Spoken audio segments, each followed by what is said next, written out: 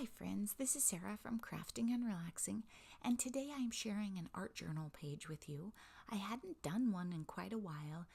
I put this one together right at the end of March because Sandy Allnock had a hashtag that she talked about in a video and on Instagram, hashtag play journal. Make a small journal, get out your journals, play with your supplies, don't forget about what you have was kind of the theme, or at least the way I took it.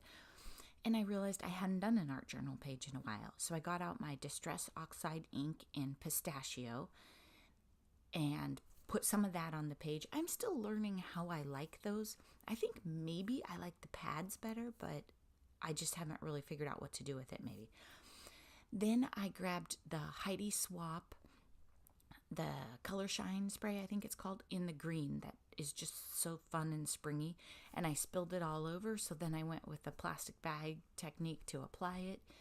The thing about art journaling is you just go where it takes you, and maybe it takes 5 minutes, maybe it takes 20 minutes like this page, but either way you have fun. Then I'm drying it so that I can apply the other layers on top of it, and I did edit out quite a bit of dry time. Then I grabbed an archival ink pad in a dark blue and stamped some images on it.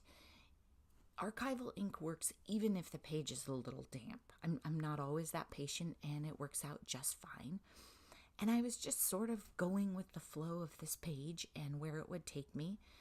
That's fun to do. I don't sit down, I don't draw things out, I don't think about it. The book is the new book of etiquette, and the binding was a little damaged. I got it at a garage sale, and I just thought it was fun. It had a lot of interesting chapter titles and phrases, and so much quirky stuff that you can use.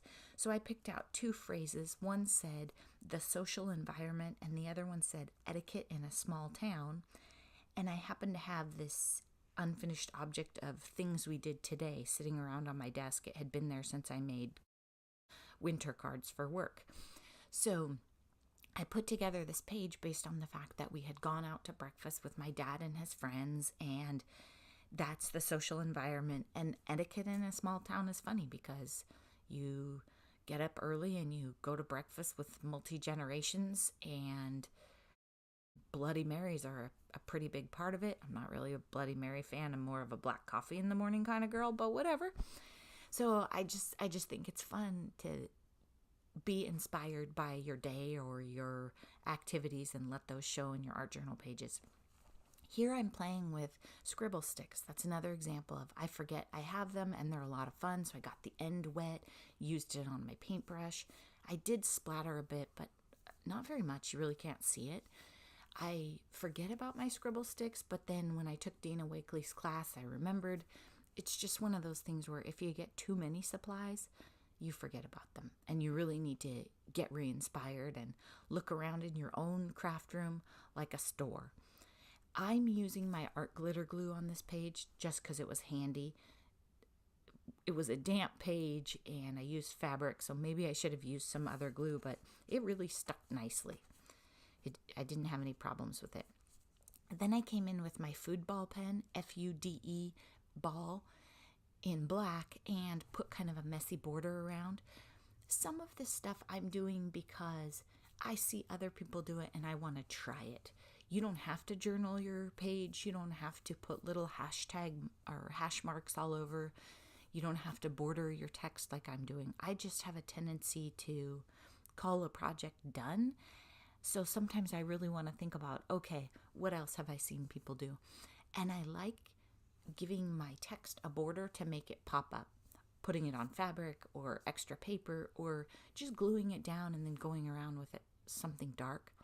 Another supply I forget about that I'm using right there is my Stabilo pencil. I went around the edge of it. Then because of the weird shape, I didn't like it. So I came back with a brush and kind of made it less harsh lines. I don't know which way I liked it better, but my point was that I did it, not that I overthought it. I just wanted to get in there and test it all out.